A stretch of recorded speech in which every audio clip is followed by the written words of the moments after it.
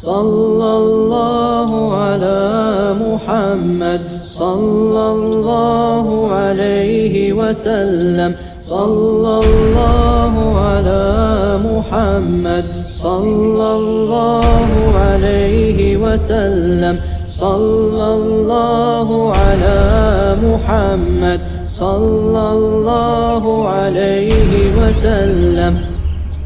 قصیدہ بردہ شریف کے 39ویں شعر میں بھی نبی کریم صلی اللہ علیہ وسلم کی عظمت دیگر انبیاء کے اوپر ثابت کی گئی تھی۔ یہی مضمون اس 40ویں شعر میں بھی بیان کیا گیا ہے۔ اب پہلے شعر دیکھ لیں، پھر ترجمہ کریں گے اور آخر میں اس کی تشریح کریں گے۔ وَوَاقِفُونَ لَدَيْهِ عِنْدَ حَدِّهِمِ مِن نُقْطَةِ الْعِلْمِ أَوْ مِن شَكْلَةِ الْحِكَمِ۔ میں نے آپ کے سامنے عربی عبارت پڑھ دی ہے، اب ایک ایک لفظ کا ترجمہ دیکھ لیں، پھر اس کی تشریح کرتے ہیں۔ واو، یہ اس کا مطلب ہوتا ہے اور واقف ہونا اس کا مطلب ہوتا ہے کھڑا ہونا، یا پھر اس کو آپ کہہ لیں رکنا۔ لدئی کا مطلب ہوتا ہے قریب، پاس۔ اور یہ جو حد ہے نا، حد کے مختلف معنی کیے گئے ہیں، لیکن یہاں پہ آپ مرتبہ کر لیں۔ اور ہم اس کا مطلب ہوتا ہے وہ لوگ۔ یہ تو ہو گیا پہلا شعر، آگے دیکھیں۔ من اس کا مطلب ہوتا ہے سے، نقطہ یہ وہی نقطہ اردو والا جس میں ہم بولتے ہیں، علم یہ بھی اردو میں استعمال ہوتا ہے۔ شکلہ اس کو بولتے ہیں اعراب لگانا۔ اور حکم اس کا مطلب ہوتا ہے حکمت والا کلمہ۔ یہ ایک ایک کا میں نے آپ کو لفظی ترجمہ بتا دیا ہے، اب آپ اس پورے کا ترجمہ دیکھ لیں، پھر اس کی میں تشریح کرتا ہوں۔ واقفون وہ انبیاء کھڑے ہیں لدیہ نبی کریم صلی اللہ علیہ وسلم کے پاس، عند حدہم اپنے مقام اور مرتبے کے مطابق، من نقطۃ العلم جیسا کہ علم کا نقطہ ہوتا ہے، او من شکلۃ الحکم یا حکمت والے کلمہ کا اعراب ہوتا ہے۔ کیا مطلب ہے اس شعر کا؟ دیکھیں، نبی کریم صلی اللہ علیہ وسلم کو جو معراج عطا ہوا تھا، اس معراج کے سفر میں آپ صلی اللہ علیہ وسلم نے انبیاء کی امامت کی تھی۔ تو نبی کریم صلی اللہ علیہ وسلم نے انبیاء کی امامت کی تھی، تو یہ اسی کا یہاں پہ تذکرہ ہو رہا ہے کہ واقعہ معراج میں انبیاء نبی کریم صلی اللہ علیہ وسلم کے پاس اپنے اپنے مقام اور مرتبے کے حساب سے کھڑے ہوئے تھے، اور ایسے تھے گویا کہ علم کا نقطہ ہوتا ہے۔ جیسے کوئی بھی علمی بات ہوتی ہے نا، اگر وہ بغیر نقطوں کے ہو تو اس کی سمجھ نہیں آتی صحیح طریقے سے، لیکن جب آپ نقطے لگا دیتے ہیں تو وہ بات بہت اچھی، واضح اور روشن ہو جاتی ہے۔ یہ اسی طرح جو عربی کلام ہوتا ہے نا، اس میں آپ نے دیکھا ہوگا کہ اس کے اوپر زبر زیر پیش لگی ہوتی ہے۔ جو عربی لوگ ہیں ان کو زبر زیر پیش کی ضرورت نہیں ہوتی، جو اجمی لوگ ہیں ان کو زبر زیر پیش اعراب کی ضرورت ہوتی ہے۔ تو کوئی حکمت والی بات ہو، اچھی اور عمدہ بات ہو، لیکن اس کے اوپر اعراب جب لگ جائے نا تو اس کی حکمت دوبالا ہو جاتی ہے، اس کا لطف اور اس کی لذت دوبالا ہو جاتی ہے۔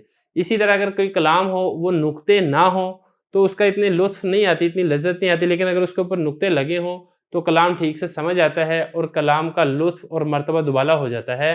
تو حضرت فرما رہے ہیں کہ نبی کریم صلی اللہ علیہ وسلم کے پاس انبیاء کرام کھڑے ہوئے تھے، اور انبیاء کرام اپنے اپنے مقام اور مرتبے کے حساب سے آپ صلی اللہ علیہ وسلم کے قریب کھڑے ہوئے تھے۔ تو انبیاء کی موجودگی نے نبی کریم صلی اللہ علیہ وسلم کے مقام اور مرتبے کو 4 چاند لگا دیے۔ جیسا کہ نقطے لگے ہوں تو کلام کو 4 چاند لگ جاتے ہیں، اور جیسا کہ اعراب لگا ہو تو حکمت والے کلمے کو 4 چاند لگ جاتے ہیں۔ 41ویں شعر کے اندر بھی نبی کریم صلی اللہ علیہ وسلم کی تعریف کی جا رہی ہے۔ شعر دیکھ لیں۔ فَهُوَ الَّذِي تَمَّ مَعْنَاهُ وَصُورَتُهُ ثُمَّ اصْطَفَاهُ حَبِيبًا بَارِئُ النَّسَمِ۔ میں نے شعر پڑھ دیا، اس کا ترجمہ دیکھ لیں، پھر ایک ایک لفظ کا بھی انشاءاللہ ترجمہ کریں گے اور آخر میں اس کی تشریح کریں گے۔ آپ صلی اللہ علیہ وسلم وہ ذات گرامی ہیں جن کے باطنی اور ظاہری کمالات مکمل ہیں، پھر اللہ تعالیٰ خالق ارواح نے آپ کو بطور حبیب منتخب کیا ہے۔ اب اس میں ایک ایک کا آپ ترجمہ دیکھ لیں۔ فہوا، وہ یہ آتا ہے وہ کے لیے، وہ یا ان۔ الذی جو، تم اس کا مطلب ہوتا ہے مکمل ہونا۔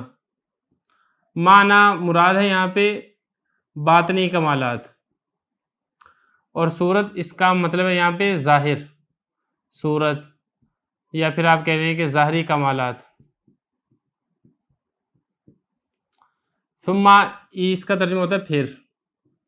استفا اس کا مطلب ہوتا ہے چننا،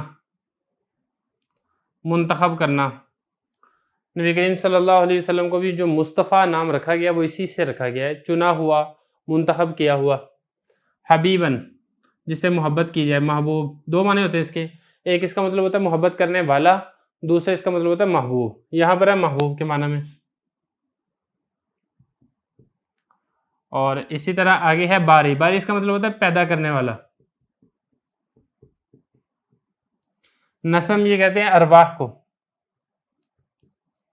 اب آپ سارے کا ترجمہ دیکھیں. فہو الذی، وہ ذات یعنی نبی کریم صلی اللہ علیہ وسلم، تمام مکمل ہے معناہ، ان کا معنی یعنی ان کی باطنی حالت بھی مکمل ہے. جو صفات انسان کے دل کے اندر ہوتی ہے نا، مثال کے طور پہ بہادری ہے، سخاوت ہے، اچھے اخلاق ہیں، یہ ظاہر میں نظر نہیں آ رہے ہوتے، یہ دل کے اندر ہوتے ہیں. تو آپ صلی اللہ علیہ وسلم کے یہ باطنی کمالات یہ بھی مکمل ہیں. وصورتہ، اور ظاہری کمالات بھی مکمل ہیں. ظاہر میں کیا ہے کہ ظاہر میں کوئی عیب نہیں ہے.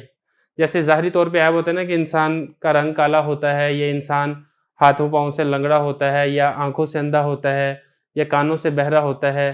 یہ سارے عیب کوئی بھی نہیں آپ صلی اللہ علیہ وسلم میں پایا جاتا. ظاہری طور پہ بھی آپ صلی اللہ علیہ وسلم کی ذات مبارک وہ مکمل ہیں. قد بھی مکمل ہے، شکل و صورت بھی مکمل ہیں، جسمانی اعضاء بھی مکمل ہیں، اور خوبصورتی بھی انتہا درجے کی ہے. تو یہ آپ صلی اللہ علیہ وسلم کی تعریف کی جا رہی ہے کہ آپ صلی اللہ علیہ وسلم کی ذات مبارک ایسی ذات ہے کہ جن کے باطنی کمالات یہ بھی مکمل ہیں اور ظاہری شکل و صورت بھی انتہا درجے کی کامل ہے. ثم اصطفاہ، پھر سب سے بڑی جو آپ صلی اللہ علیہ وسلم کو نعمت حاصل ہوئی ہے، اللہ تعالیٰ نے آپ صلی اللہ علیہ وسلم کو محبوب بنا لیا ہے. اور ذات خداوندی وہ ذات باری الناسمی، جو ارواح کو یعنی روحوں کو پیدا کرنے والی ذات ہے، انہوں نے نبی کریم صلی اللہ علیہ وسلم کو حبیب یعنی اپنا محبوب بنا لیا ہے. 42 نمبر شعر میں بھی نبی کریم صلی اللہ علیہ وسلم کی تعریف کی جا رہی ہے. آپ عبارت دیکھ لیں عربی، پھر اس کا ترجمہ کرتے ہیں اور تشریح کرتے ہیں. منزہ عن شریک فی محاسنہ فجوہر الحسن فیہ غیر منقسم. یہ عربی عبارت ہے، اس کا ترجمہ دیکھ لیں، پھر ایک ایک لفظ کا ترجمہ کریں گے. منزہ عن شریک فی محاسنہ، نبی کریم صلی اللہ علیہ وسلم اپنے کمالات میں شریک سے پاک ہیں، اور حسن کا موتی جو آپ میں ہے وہ ناقابل تقسیم ہے. اب ایک ایک کا لفظ دیکھ لیں. منزہ، اس کا مطلب ہوتا ہے پاک ہونا، اور ان اس کا مطلب ہوتا ہے سے. شریک یہ وہی جو اردو کے اندر شریک ہے، جو آدمی کسی کے ساتھ کسی چیز کے اندر شریک ہوتا ہے. فی اس کا مطلب ہوتا ہے میں. محاسن خوبصورتی،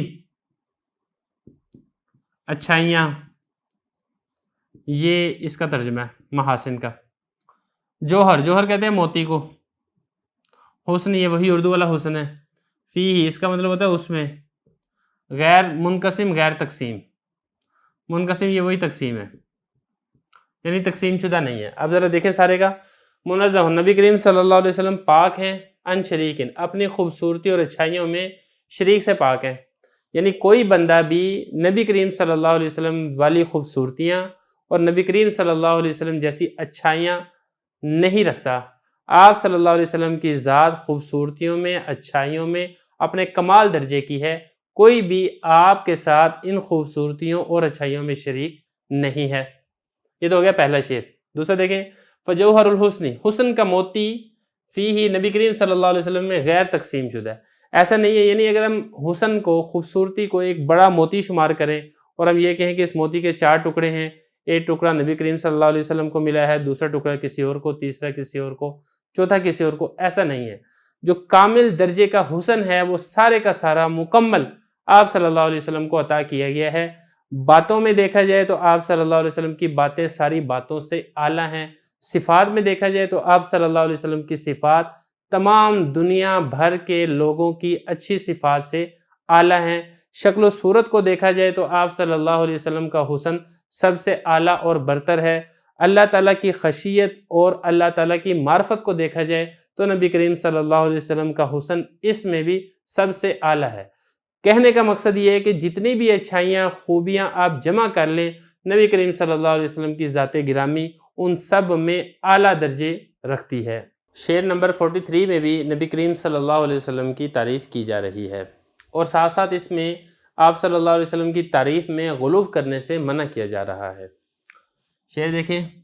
دع مدعتہ النصارى فی نبیہم واحکم بما شئت فیہ مدحا واحتکمی. یہ میں نے آپ کے سامنے عربی پڑھ دی ہے، اس کا میں ترجمہ کرتا ہوں، پھر آخر میں اس کی تشریح کرتے ہیں. نصارہ اپنے نبی کے بارے میں جو دعویٰ کرتے ہیں اسے چھوڑ دو، اور نبی کریم صلی اللہ علیہ وسلم کے بارے میں جو صفات تم بطور مدح آپ کی طرف منسوب کرنا چاہتے ہو کر لو، اور اس میں شریعت سے فیصلہ کروا لو۔ یہ اس کا سارے کا ترجمہ ہے۔ اب ایک ایک کا ترجمہ دیکھ لیتے ہیں۔ دا، اس کا مطلب ہوتا ہے چھوڑ دو۔ ما، اس کا مطلب ہوتا ہے جو۔ ادعا، دعویٰ ہے، دعویٰ کیا۔ نصارہ، نصرانیوں نے، عیسائیوں کا پرانا نام نصارہ تھا۔ فی، اس کا مطلب ہوتا ہے میں۔ نبیہم، اپنے نبی، یعنی جو نصارہ عیسائیوں نے اپنے نبی کے بارے میں دعویٰ کیا تھا وہ دعویٰ تم چھوڑ دو۔ آگے چلے، واحکم، فیصلہ کر لو۔ بما، جو چاہو۔ شیتا مطلب ہوتا ہے چاہنا، جو تم چاہو وہ فیصلہ کر لو۔ فی ہی، نبی صلی اللہ علیہ وسلم میں۔ مدحن، تعریف کا۔ واہ تحکیمی، اور فیصلہ کروا لو۔ اب اس کا کیا مطلب ہے؟ دیکھیں، سب سے پہلی بات تو یہ کی ہے کہ نبی کریم صلی اللہ علیہ وسلم کی تعریف بیان کرنی ہے، آپ صلی اللہ علیہ وسلم کی شان اور عظمت بیان کرنی ہے، لیکن جو نصارہ نے دعویٰ کیا تھا اپنے نبی حضرت عیسیٰ علیہ السلام کے بارے میں وہ دعویٰ نہیں کرنا۔ اب یہاں پہ پہلی بات سمجھنے کی ہے کہ نصارہ نے کیا دعویٰ کیا تھا۔ لیکن نصارہ یعنی عیسائی حضرت عیسیٰ علیہ السلام کے امتی تھے، انہوں نے حضرت عیسیٰ علیہ السلام کی شان میں اتنا اضافہ کیا، اتنا بڑھایا کہ ان کو خدا کے ساتھ ملا دیا۔ تو حضرت عیسیٰ علیہ السلام کے بارے میں جو عیسائیوں کا عقیدہ ہے وہ عقیدہ تثلیث ہے۔ حضرت عیسائی یہ کہتے ہیں کہ جو خدا ہیں، جن کی پرستش اور جن کی عبادت کی جاتی ہے، وہ حضرت عیسیٰ علیہ السلام، اللہ تعالیٰ اور حضرت بی بی مریم، ان تینوں کا مجموعہ خدا ہے۔ پھر ایک طرف وہ یہ بھی کہتے ہیں کہ حضرت عیسیٰ علیہ السلام اللہ تعالیٰ کے بیٹے ہیں، اور ایک طرف وہ یہ بھی کہتے ہیں کہ اللہ تعالیٰ نے عیسیٰ علیہ السلام کے اندر حلول کر لیا ہے۔ تو اس طریقے کے ان کے شرکی عقائد ہیں اپنے نبی حضرت عیسیٰ علیہ السلام کے بارے میں۔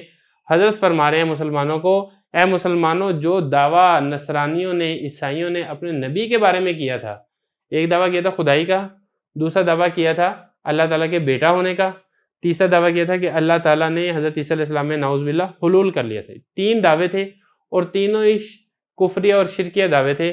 حضرت فرما رہے ہیں کہ اے مسلمانوں، تم دعویٰ چھوڑ دو، تم اپنے نبی کے بارے میں یہ والا دعویٰ نہ کرنا۔ لیکن اس کا مطلب یہ بھی نہیں ہے کہ ہم آپ صلی اللہ علیہ وسلم کی تعریف چھوڑ دیں۔ فرما رہے ہیں کہ وَحْكُمْ بِمَا شِئْتَ فِيهِ مِدْحًا، آپ صلی اللہ علیہ وسلم کی جتنی تعریف کرنا چاہتے ہو اتنی تعریف کرو، واہ تحکیمی، اور اس میں آپ شریعت سے فیصلہ کروا لو، یعنی شریعت جس تعریف کو ٹھیک کہے وہ تعریف ٹھیک ہے، اس کو اپنا لو، اور جس تعریف سے شریعت منع کرے اس کو چھوڑ دو۔